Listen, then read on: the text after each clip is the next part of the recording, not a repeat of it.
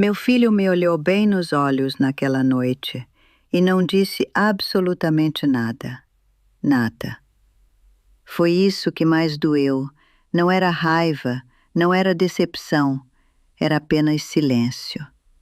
Um silêncio ensurdecedor que ecoava pela cozinha daquela casa que eu havia oferecido a ele com todo o meu coração, enquanto sua noiva, com um sorriso doce que eu conhecia bem demais, me cortava com palavras que fariam parecer que eu era a vilã desta história. Mas deixe-me começar do lugar certo, porque nada disto aconteceu do nada. Nada nunca acontece do nada, sabe? As coisas se constroem, layer por layer, como um bolo que parece perfeito por fora, mas por dentro já está podre. Meu nome é Liliana, tenho 55 anos, sou viúva há 12 e passei a maior parte da minha vida investindo absolutamente tudo em Gustavo, meu filho, meu único filho. Aquele que eu segurei nos meus braços quando ele nasceu, que foi diagnosticado com asma aos 3 anos e acordei todas as noites durante 2 anos, verificando se ele ainda respirava. Que me chamou de melhor amiga quando tinha 8 anos e me perguntava se eu ia envelhecer sozinha. Gustavo era meu propósito, meu porquê. Quando meu marido, Roberto, morreu de infarto aos 47, eu tinha 38 e Gustavo tinha 13. Eu poderia ter desabado. A gente deveria ter desabado. Mas eu não desabei. Eu trabalhei. Trabalhei como gerente de loja de departamentos por 22 anos. Acordava às 5 da manhã, voltava às 7 da noite, fins de semana, feriados. Paguei a faculdade de Gustavo inteira, e tudo o que vinha com ela. Engenharia na USP, com alojamento no campus. Eu visitava São Paulo uma vez a cada 2 semanas. Levava Tupperware de comida que eu congelava no fim de semana. Folhas de cuidado com a pele, porque eu sabia que ele comia pizza todo dia e sua pele ia sofrer. Meu filho era grato. Pelo menos era assim que eu interpretava. Ele ligava quando eu ligava. Vinha em casa nos feriados prolongados. Apresentava as namoradas para mim com entusiasmo, e havia algumas. Havia a Larissa, a Carol, a tal da Stephanie, que era nutricionista e muito cheia de si. Mas nenhuma delas ficou. Nenhuma delas era a indicada. Até Camille. Gustavo conheceu Camille em uma festa em São Paulo em 2019. Ele tinha 23 anos, ela tinha 22. Ela é bonita, não vou mentir. Cabelos castanho claro, corpo que parecia ter saído de algum editorial de revista. Aquele tipo de beleza que as pessoas seguem sem nem saber quem é. Ele me mostrou fotos, dezenas delas. Eu vi o brilho nos olhos dele em cada uma e pensei, este é o tipo de rapaz que vai se apaixonar fundo. Estava certo. Eles começaram a namorar em setembro de 2019 e no Natal daquele ano, 4 meses depois, Gustavo estava em casa, sentado ao meu lado no sofá, me segurando pela mão e dizendo que Camille era a mulher da sua vida, que ele queria casar com ela. Eu tinha 51 anos. Tinha acabado de receber uma promoção no trabalho que me colocava em um escritório em tempo integral. A vida estava se acomodando de um jeito que eu nunca tinha esperado experimentar. E aqui estava meu filho, com os olhos marejados, pedindo minha bênção para se casar com uma mulher que eu tinha visto em fotos e encontrado em pessoa apenas uma vez. Eu disse sim. Claro que disse. O que uma mãe faria? Eu o beijei na testa, passei meus dedos por seus cabelos, como fazia quando ele era pequeno, e disse: se ela te faz feliz, meu filho, então ela é bem-vinda à nossa família. Aquele foi o primeiro erro que cometi. Não consigo identificar exatamente qual foi, se foi dizer sim rápido demais, se foi não perguntar mais sobre ela, se foi alimentar esperança em uma pessoa que estava tão longe de mim. Mas naquele momento, tudo o que importava era ver meu filho feliz. O casamento foi marcado para novembro de 2020, quase um ano inteiro de preparação. E foi aí que as coisas começaram a ficar estranhas. Não é a palavra certa. Estranhas é muito leve. O que acontecia era mais incômodo que estranho. Primeiro, Gustavo e Camille se mudaram para Curitiba. Para Curitiba! Moro em Brasília. Meu filho se mudou para outra cidade. Ele encontrou um emprego em uma empresa de tecnologia, bom salário, posição promissora. Eu deveria estar feliz por ele. Estava, mas também sentia como se o solo estivesse se movendo sob meus pés. Meu filho, que já havia se mudado para São Paulo para a faculdade, agora se mudava para Curitiba. E Camilo estava lá com ele. Eles precisavam de um lugar para morar. Gustavo ligou para mim. Dessa vez era ele sugerindo, mas eu sentia as pegadas de Camille em cada palavra. Ele disse: mãe, a gente encontrou um apartamento lindo em Curitiba, mas está muito caro. Você não teria uma casa alugada lá? Ou conheceria alguém? Eu tinha uma casa. Uma propriedade que meu avô tinha deixado para mim quando morreu, 5 anos antes. Estava em Curitiba, vazia, tendo apenas reformas cosmética e manutenção. Eu pagava imposto predial, água, eletricidade, uma pequena fortuna todo mês para uma casa vazia.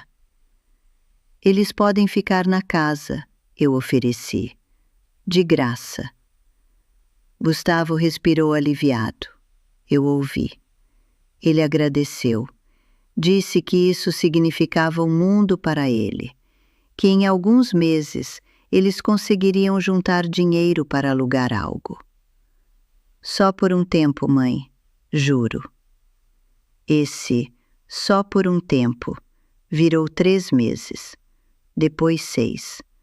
Depois 1 ano. Quando chegou 2020, Gustavo ainda vivia na minha casa, de graça, e eu havia deixado de ser a mulher que ofereceu ajuda, para virar a sogra intrometida. Como eu sei disso? Porque comecei a receber comentários. Pequenas coisas. Gustavo chegava em casa de uma ligação minha e Camille perguntava, com aquele tom açucarado que ela dominava: de novo sua mãe? Ela liga todos os dias?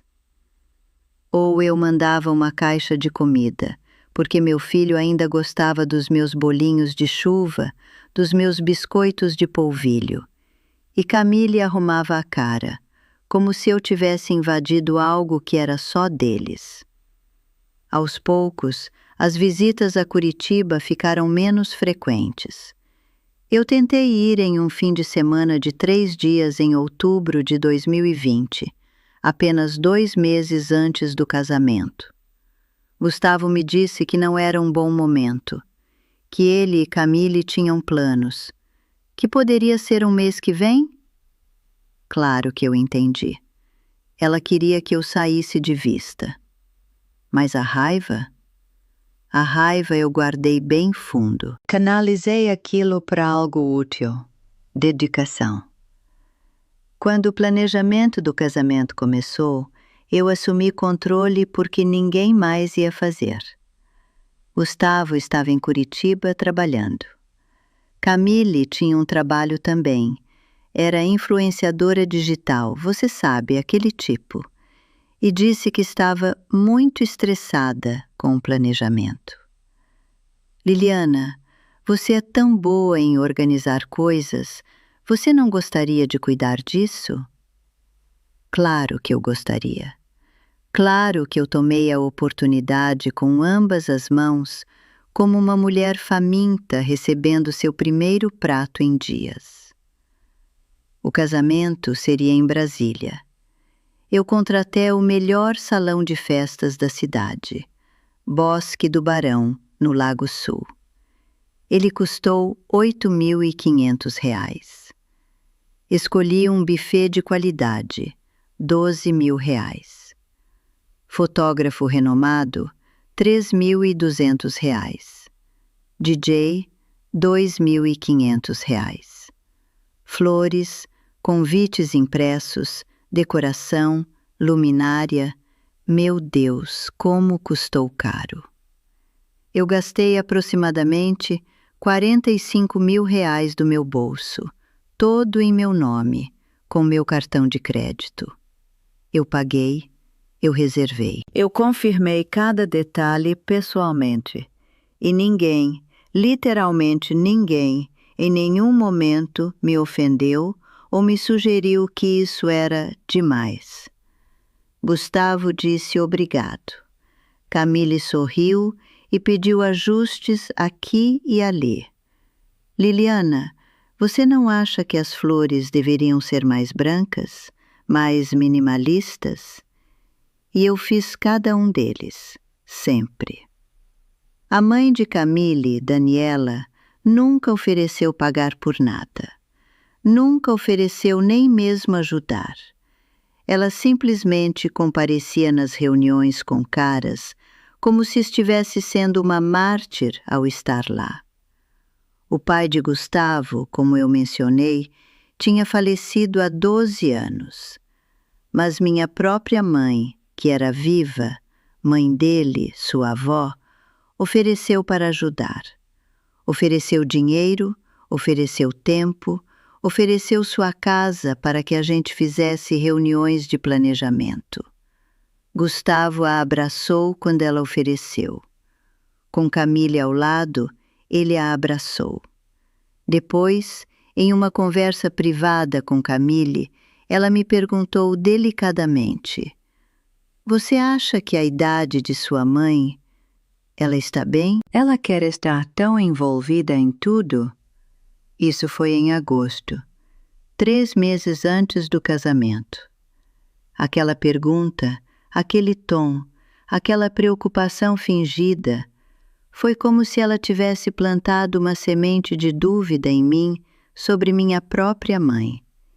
Minha mãe, que havia me criado sozinha por 2 anos, quando meu pai foi trabalhar no exterior.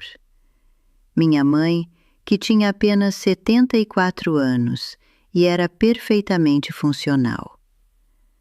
Mas eu comecei a incluir mamãe menos nas conversas. Não sou orgulhosa disto, mas é a verdade. Novembro chegou. Faltava uma semana. Eu tinha tudo confirmado, cada detalhe. Eu tinha passado os últimos 5 meses em um estado de fluxo perpétuo, checando listas, confirmando com fornecedores, garantindo que o dia de meu filho seria perfeito. Porque era para ser perfeito. Era para ser o dia em que eu veria meu filho, meu único filho, meu propósito principal em vida, casar-se com a mulher que ele amava. Era para ser o dia em que eu, como mãe, poderia estar de pé e saber que tinha feito tudo certo, que o tinha preparado bem, que ele estava pronto para começar sua própria vida. Era para ser sobre ele, sobre nós dois. Ou era o que eu acreditava. Na sexta-feira à noite, dia anterior ao casamento, houve um jantar de ensaio no restaurante Rainha da Cevada, bem pertinho da minha casa.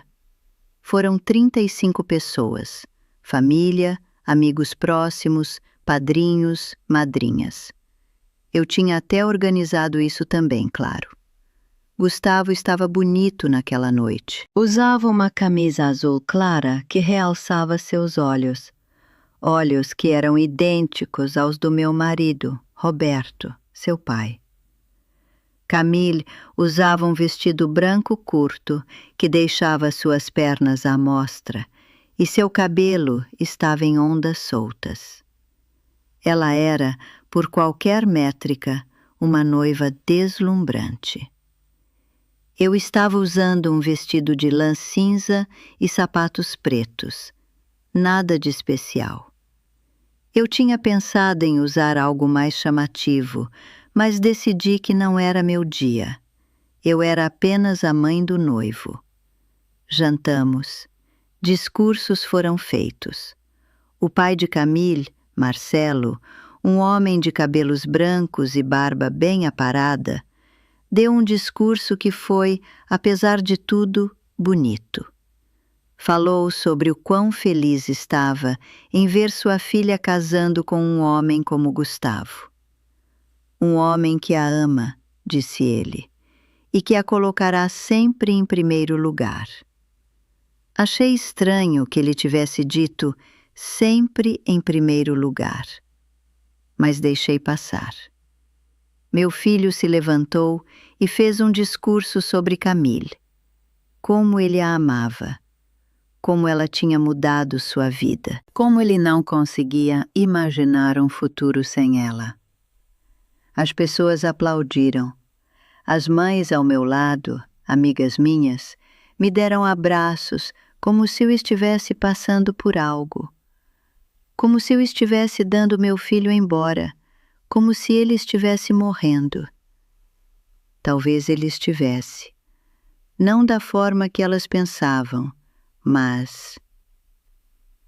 Quando o jantar terminou, era por volta das 20h30. As pessoas começaram a ir embora. Gustavo estava ajudando Camila a se levantar da cadeira quando ela sussurrou algo em seu ouvido. Ele virou para mim e disse: Mãe, Camille quer falar com você em particular. A gente vai para a cozinha da casa de vocês. Ela quer te pedir um favorzinho. Um favorzinho.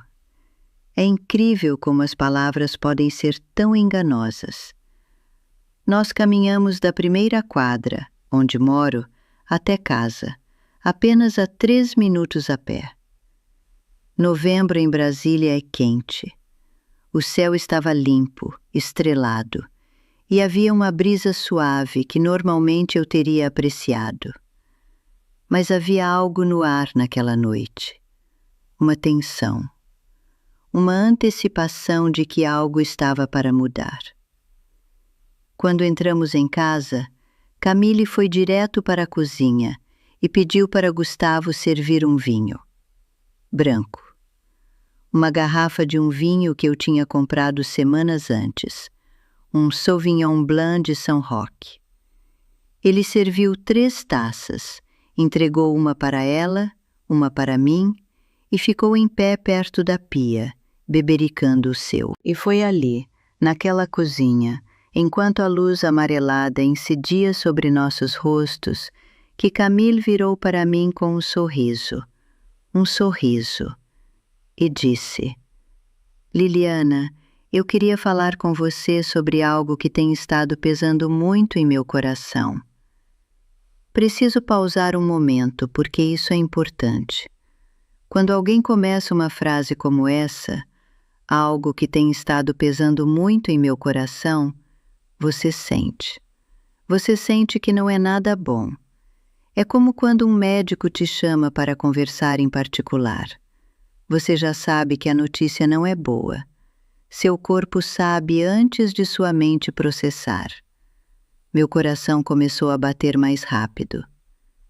Claro, querida, eu disse, com a voz que eu praticava, aquela voz de sogra perfeita que eu tinha ensaiado centenas de vezes. Diga-me.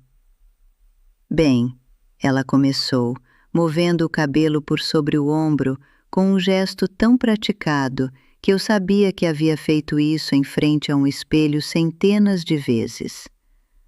Gustavo e eu temos conversado muito sobre isto. E honestamente, Liliana, o melhor presente que você poderia nos dar não é material, nem relacionado ao casamento. O melhor presente é desaparecer das nossas vidas. Silêncio. Aquele tipo de silêncio que você sente nos dentes. Você está em todo lugar, ela continuou, ainda sorrindo. Você é demais. Você telefona a semana toda, checa nossos planos, oferece coisas que não pedimos, quer estar envolvida em tudo. E nós precisamos da nossa própria vida. Não conseguimos ter um relacionamento saudável com você interferindo. Eu olhei para Gustavo. Ele tomava do seu vinho. Ele não se virava para mim. Ele apenas estava ali, de costas para mim, como se eu fosse invisível. Como se aquelas palavras fossem suas também. Porque eram. Eu sabia que eram. Ninguém diz algo como aquilo sem ter praticado, sem ter entrado em acordo. Entendo, eu disse. E eu realmente entendia. Ou ao menos meu corpo entendia. Meu coração entendia. Estava sendo ejetada de uma forma que era tão educada, tão doce, que ninguém no mundo, jamais acreditaria que era cruel. Como você acusa Camille de ter sido cruel quando ela começou com o melhor presente? Como você explica para um amigo que foi ferido por palavras que foram literalmente embrulhadas em papel de seda? Você é uma mãe maravilhosa, Camille continuou, porque claro que ela precisava continuar. E nós apreciamos tudo, realmente apreciamos. Mas nós precisamos de espaço, de distância, para crescer como casal. Eu terminei meu vinho. Levantei da cadeira onde eu estava sentada. Sorri para ela.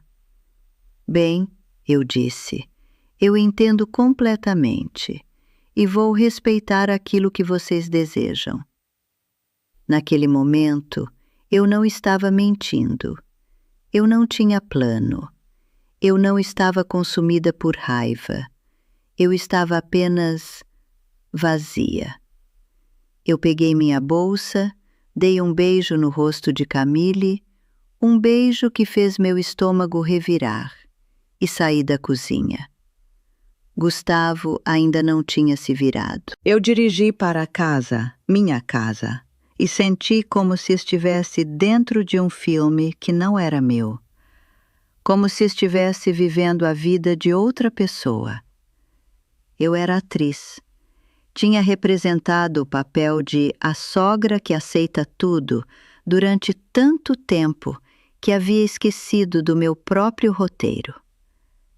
Cheguei em casa aproximadamente à meia-noite. Liguei a luz da sala.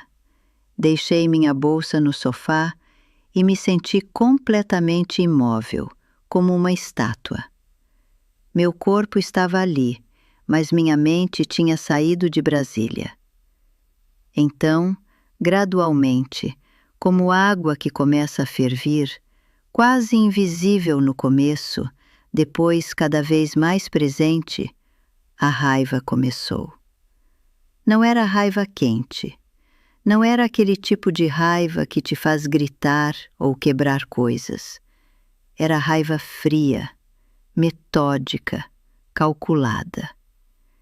Eu me senti na cadeira da minha cozinha e comecei a escrever uma lista em um caderno que eu tinha para anotações.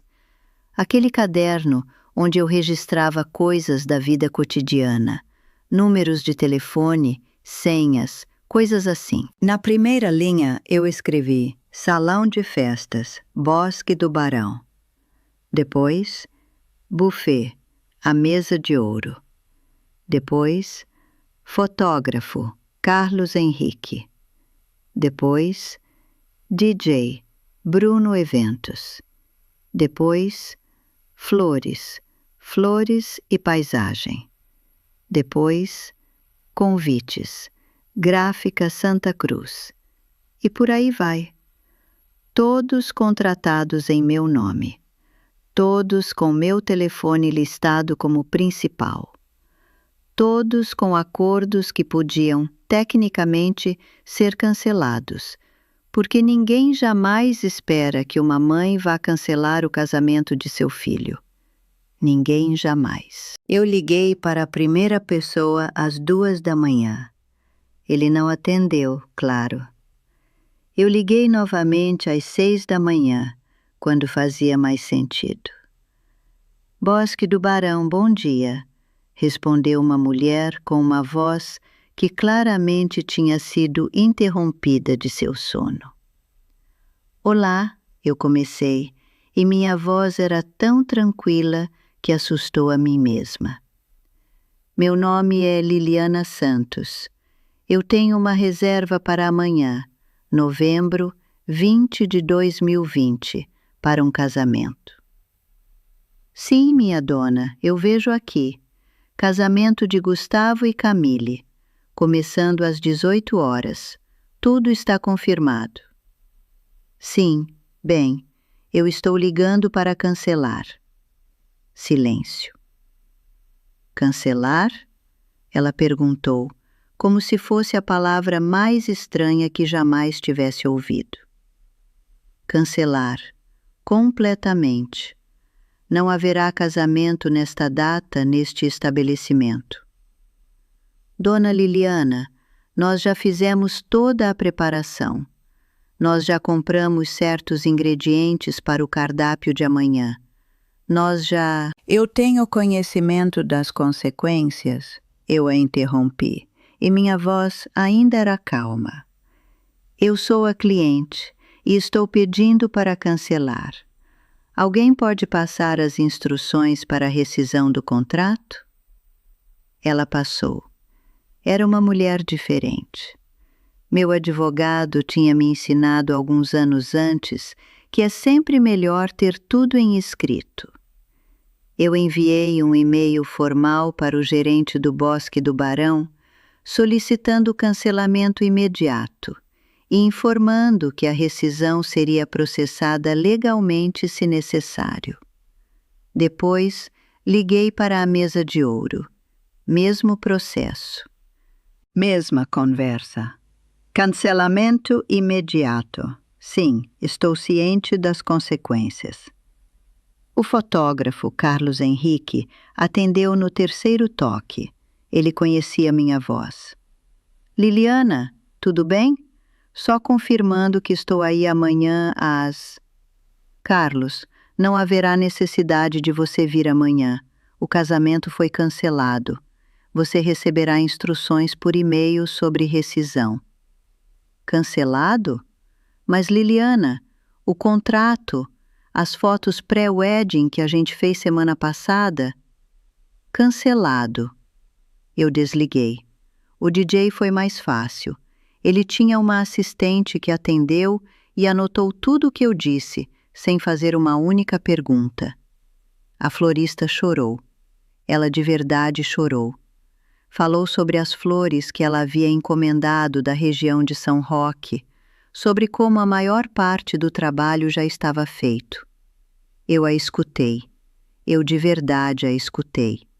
E então, com tanta gentileza quanto eu conseguia reunir, eu disse: sinto muito, de verdade, mas não haverá casamento. Quando desliguei daquele último telefonema, eram 10 da manhã. Era sábado, o dia do casamento. Eu estava em minha cozinha, em pé, com o telefone na mão, e havia gerado algo novo. Tinha um nome, aliás. Eu a chamei de o desaparecimento. Eu liguei para meu advogado, Sérgio, logo após. Ele era um amigo de longa data, pai de uma colega de trabalho, e tinha feito meu testamento e alguns documentos para mim após a morte de Roberto. Sérgio, é Liliana Santos. Desculpa ligar no fim de semana. Sem problemas, Liliana. Tudo certo?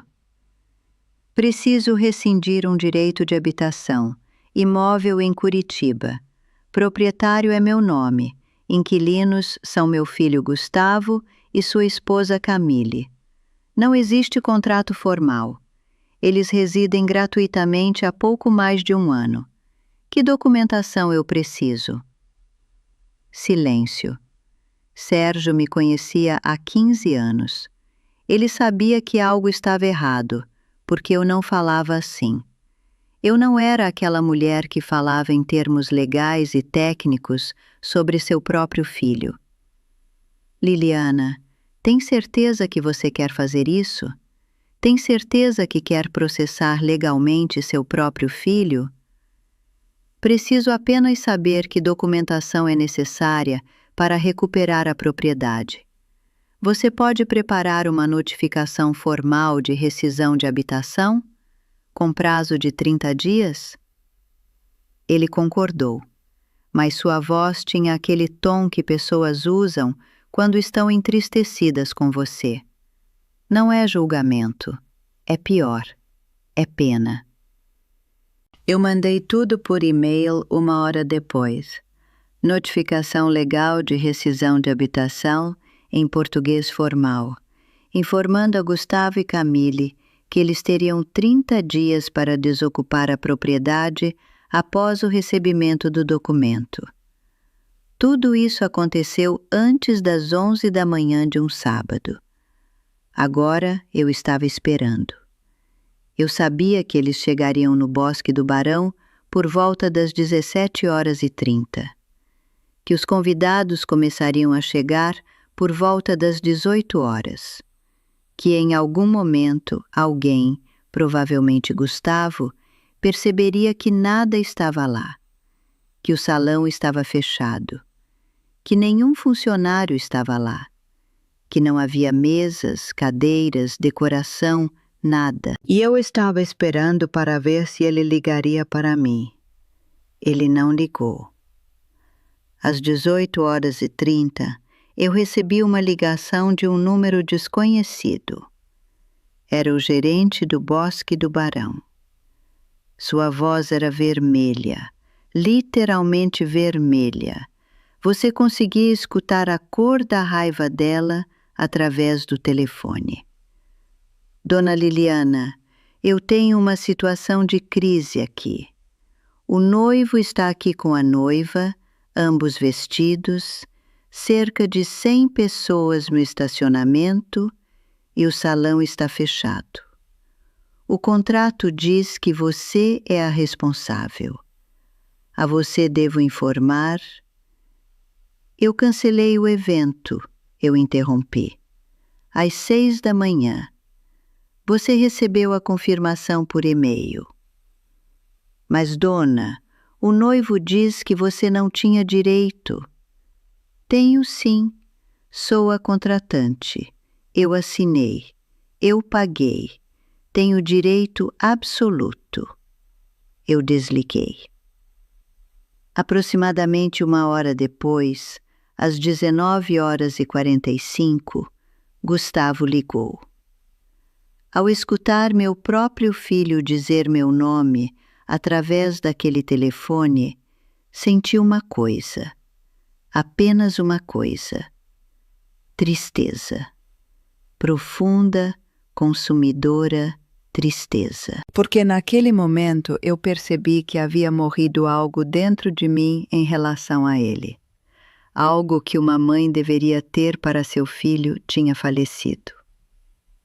Mãe, ele disse, sua voz quebrando, o que você fez? O que você pediu que eu fizesse, eu respondi. Desapareci. Você cancelou meu casamento? Você cancelou meu casamento, mãe? Como você... Você escolheu deixar sua namorada me dizer para sair de sua vida ontem à noite. Você escolheu ficar em silêncio enquanto ela falava. E eu respeito sua vontade. Desapareci. Mas, mãe, os convidados... Camille está tendo um colapso. As pessoas estão... Não é meu problema, eu disse, e desliguei. Você precisa entender isto. Eu não estava cega de raiva. Eu estava fazendo cálculos, pensando com clareza, talvez pela primeira vez em muitos anos. Ele ligou novamente. Deixei ir para a caixa de voz. Ele ligou outra vez. Mesmo resultado. E depois começaram a chegar as mensagens de texto. De Gustavo, de Camille, uma mensagem muito longa, muito furiosa, que começava com "Você é patética" e terminava com "Você nunca mais vai ver meu rosto". De amigos de Gustavo, de minha mãe, que havia recebido ligações de pessoas do casamento e estava tentando entender o que tinha acontecido. Eu desliguei meu telefone. Saí de casa e fui dirigir. Dirigi pela esplanada, passei pelo Lago Paranoá, coloquei música.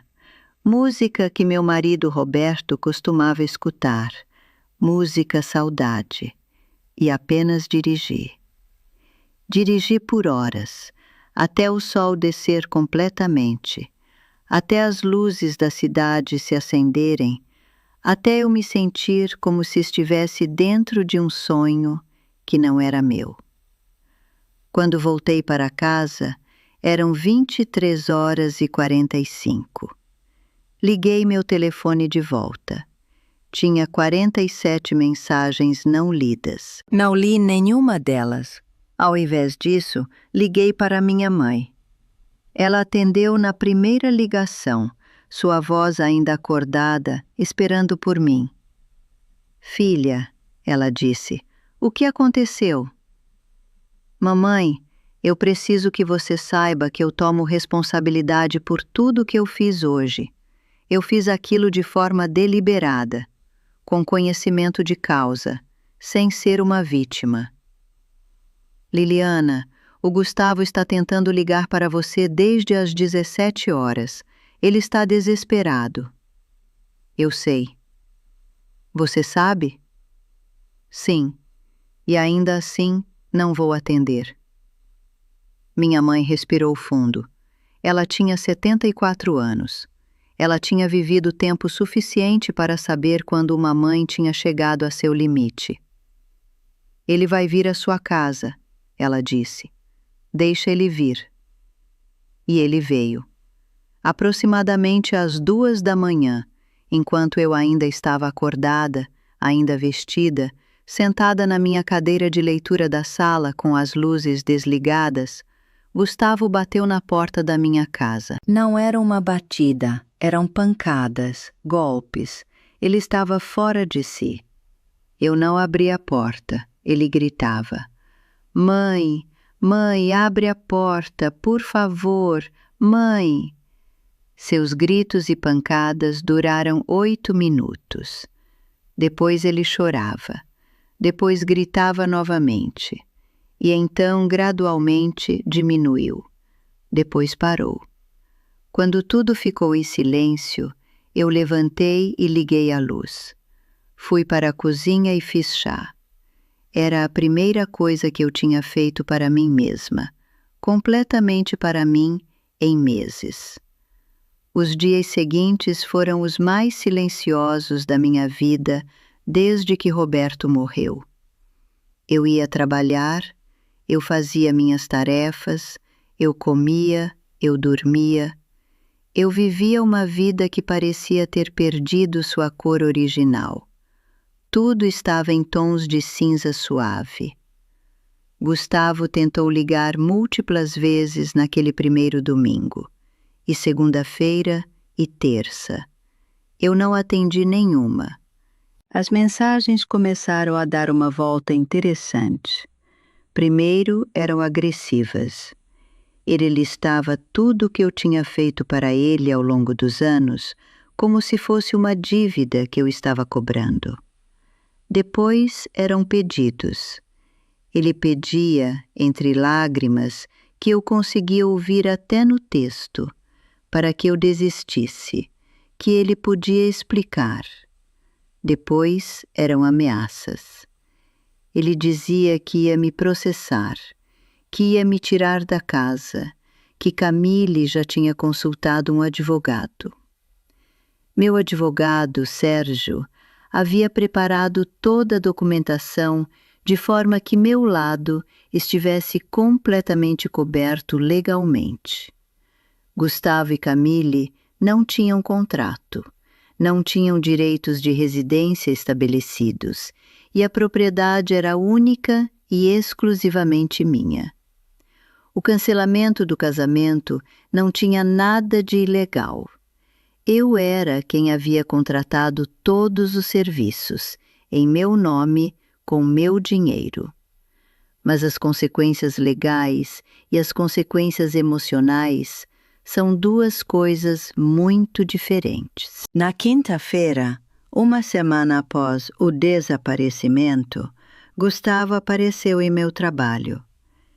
Ele entrou na loja de departamentos onde eu havia trabalhado por 22 anos, procurando por mim como um homem procura por água no deserto.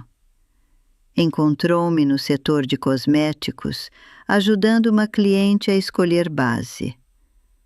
"Mãe", ele disse. Eu não senti meu coração bater. Ele estava pálido. Havia perdido peso, ou talvez fosse apenas a forma como o seu corpo estava desabando sob o peso do que tinha acontecido.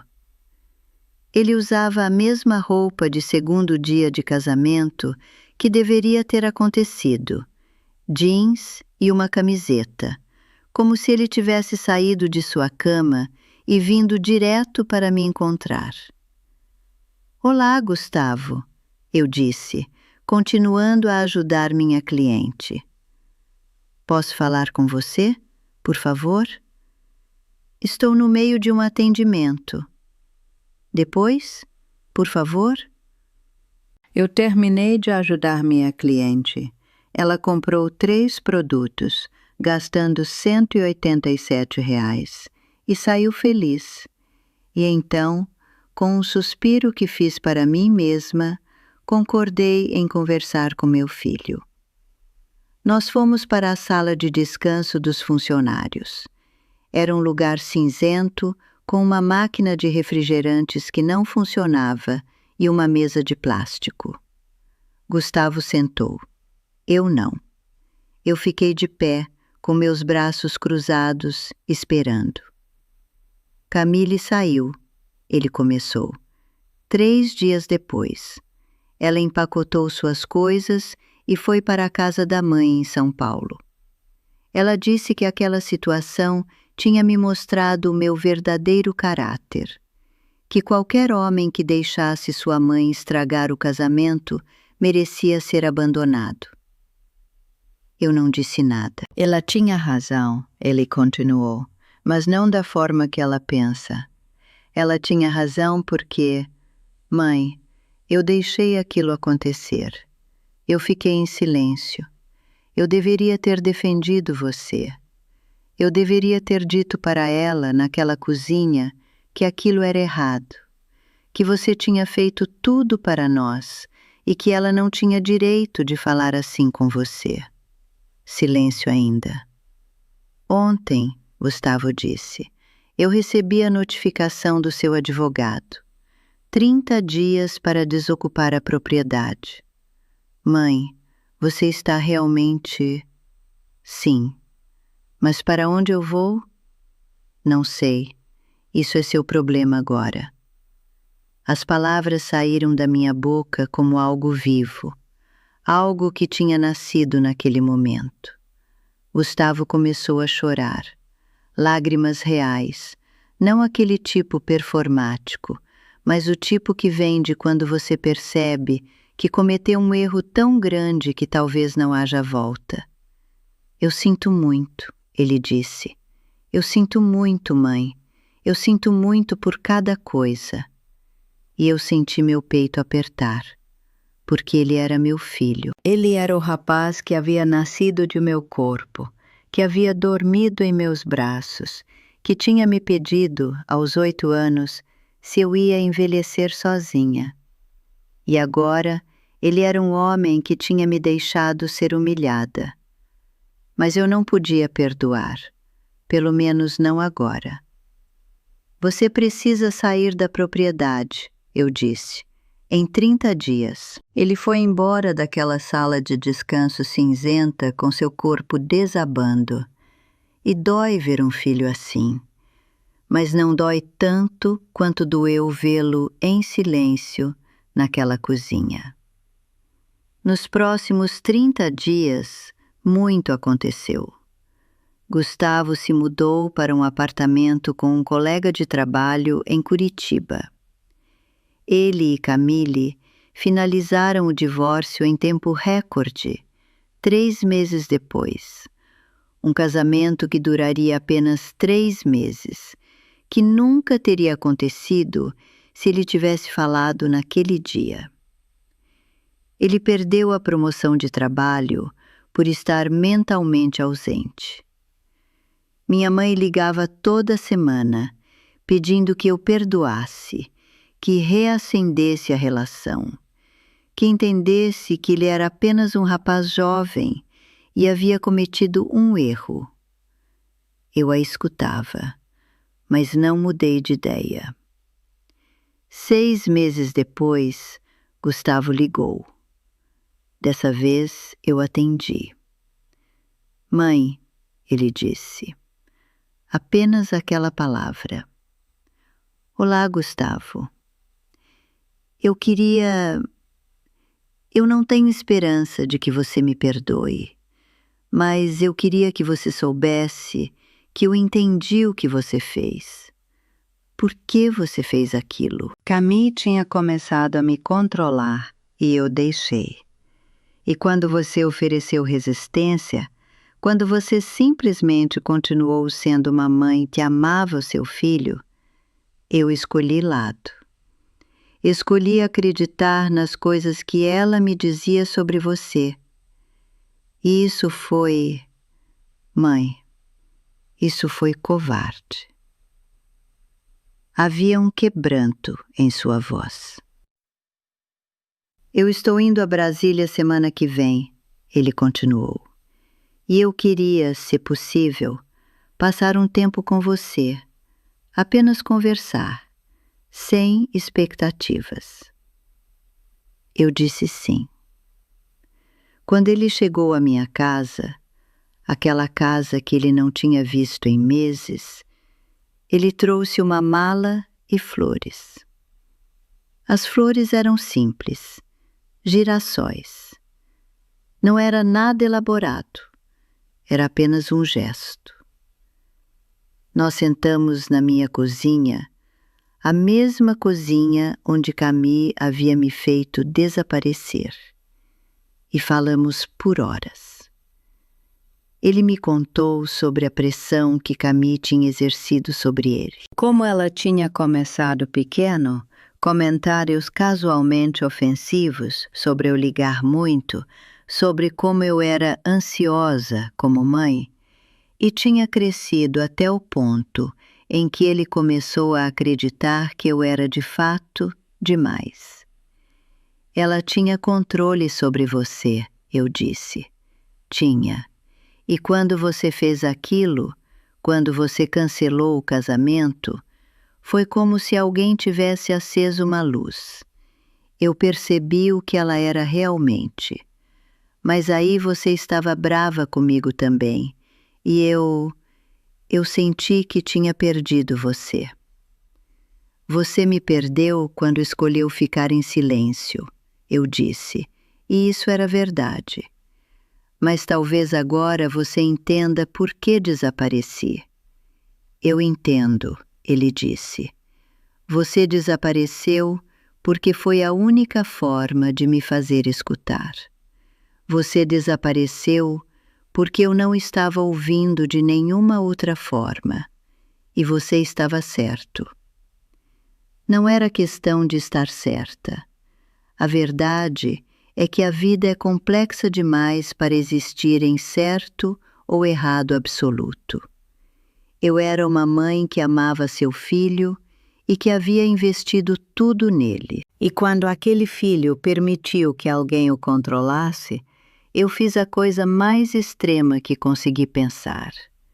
Retirei meu amor, meu suporte, minha presença. Funcionou. Mas a custo de quê? Nos meses seguintes, Gustavo e eu reconstruímos algumas coisas. Não tudo. Havia cicatrizes que não fecham completamente. Havia confiança que não retorna tão rapidamente quanto você deseja. Mas havia movimento, havia conversa. Havia um interesse genuíno, vindo dele, em entender como ele havia me machucado.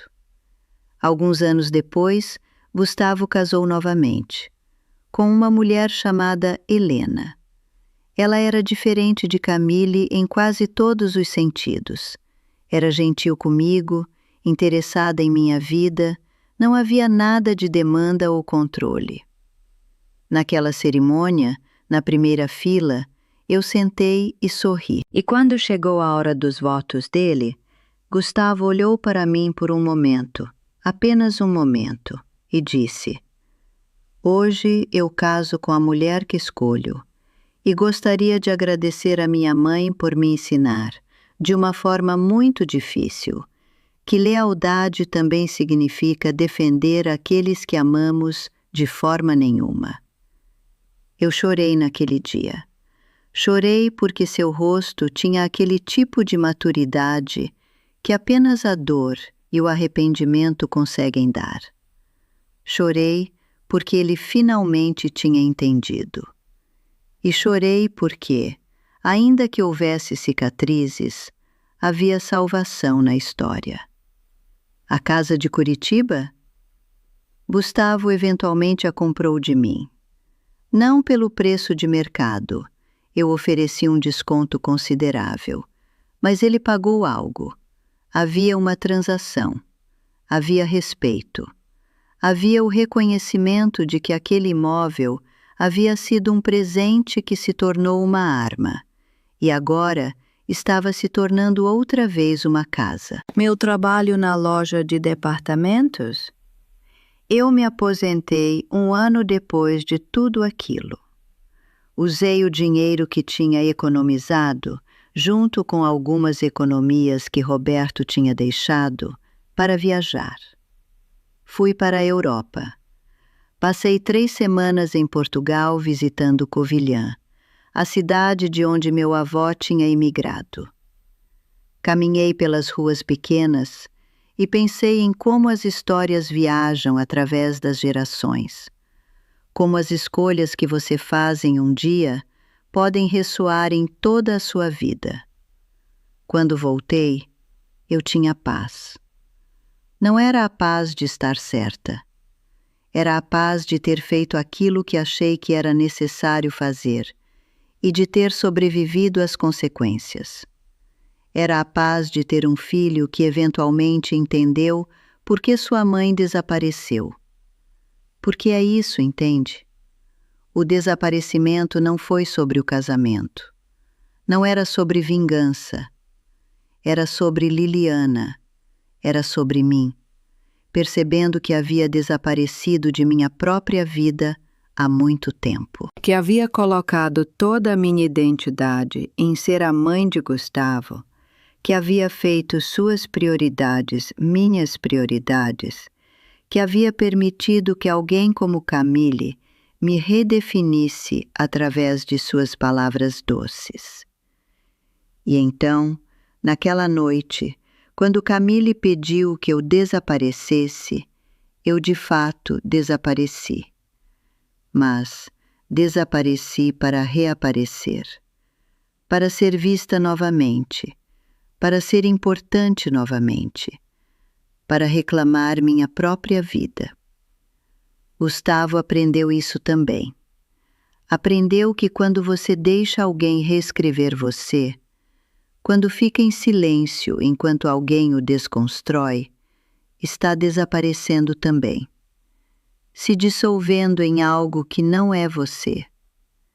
Aquela casa em Curitiba ainda existe, ainda é linda, ainda tem a cozinha onde tudo começou.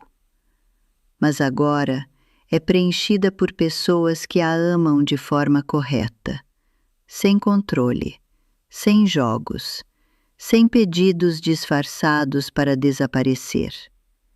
E eu continuo aqui, continuando, vivendo, sendo Liliana novamente, não apenas a mãe de Gustavo, mas Liliana. Uma mulher que tomou uma decisão terrível por razões certas. Uma mulher que recusou ser invisível. Uma mulher que deixou seu filho cair para que pudesse aprender a se levantar. Não sou mártir, não sou vítima. Sou apenas uma mãe que amava demais, que desapareceu e que foi encontrada novamente.